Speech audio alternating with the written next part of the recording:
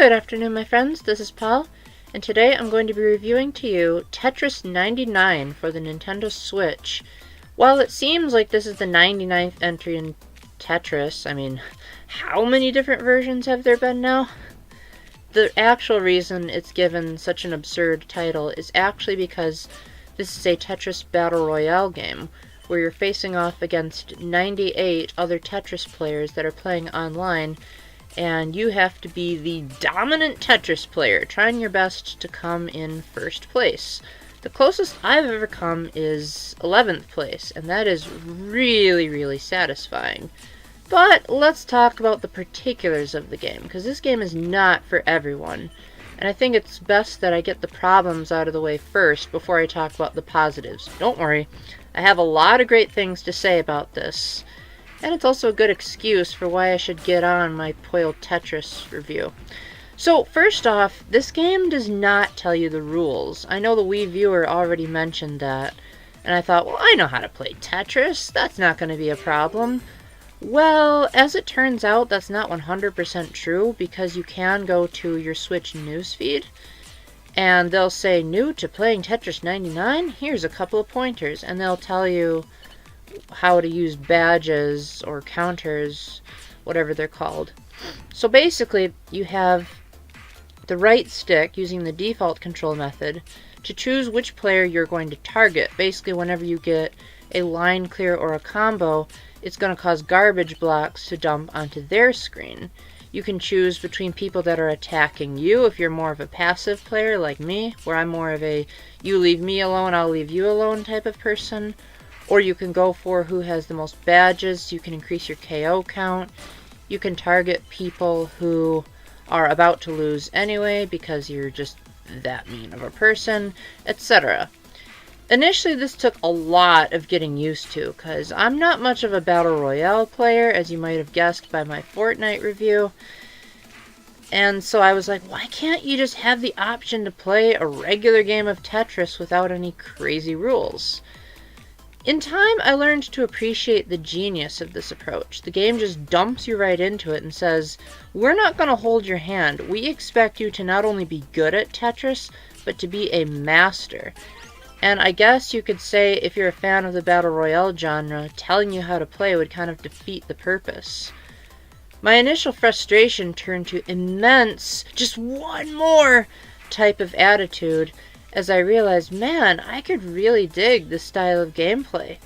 And I ended up staying up a lot later than I expected last night because I kept saying, I want to beat this. I want to see if I can get to place number 10. I knew I was never going to get number 1 because I'm just not that competitive. But still, it was an exhilarating feeling when the game would say remaining 50 players and the standard Korobaniki, the Tetris theme. That song didn't actually come from the 1800s. No, that didn't happen.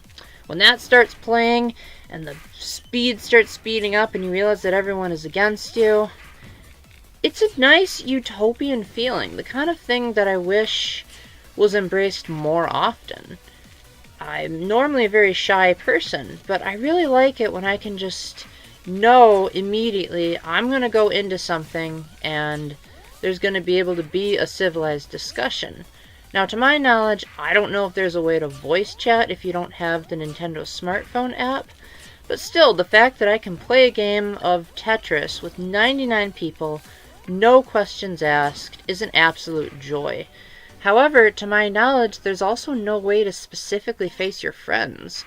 Unless you happen to be playing at the same time, the game has its own sort of matchmaking system already in place, and so you kind of just have to play with who you're given. You don't really have the option to set up lobbies or to exchange friend codes or anything like that. Thankfully, the matches are done really, really speedily. I had no problems with connection lag or not finding an opponent. Sometimes matches would take longer to load than others, but never more than like half a minute. It was really amazing how smooth this online experience was, and I kind of wish that more of Nintendo's online offerings were like this. So this game is actually free to anyone who has a Nintendo Switch Online membership. Some of you may be wondering, Paul, we've heard you rage and storm against Nintendo Switch Online in the past. How come you're the one reviewing this game? Well, as some of you might know, Nintendo actually just released a free demo for Splatoon 2. And they said, for anyone who even just picks up this demo, you can get a free week-long trial for Switch Online, even if you've already done it before. So that gave me an excuse to download this game finally. So I did, and I must say, for a free game, this is probably the best value I have ever received. So I would say if you're a fan of Tetris, by all means, go ahead and pick it up. The only thing you have to lose is storage space and maybe your pride if you're a really competitive person. However, would I download Nintendo Switch Online just for this? Absolutely not. But then again, I'm also not the most competitive person in the world, so opinions may differ. I would say this is a fantastic Battle Royale Tetris, but if you're looking for something a lot more casual with a lot more modes than just standard Tetris, you're probably better off with something like Puyo Puyo Tetris, which is also for the Switch, but it actually has a story mode, whereas this is just Tetris or nothing. There's not really much more to say besides just, if you like Tetris, you're going to love this. If you don't, then you can skip it without any second thought. With that, thank you very much for watching. Let me know in the comments section if I missed anything, or if you're like, Paul, guess what? I was actually facing you that day. I would be super honored if that's the case, because I don't usually, well, I've actually never been to those PAX conferences where I get to meet my subscribers, so if there's a way I can do that one of these days, that'd be cool. But until the next time, keep the faith, stay epic, God bless, and I hope one of you reaches #1. That'd be cool to hear. Bye!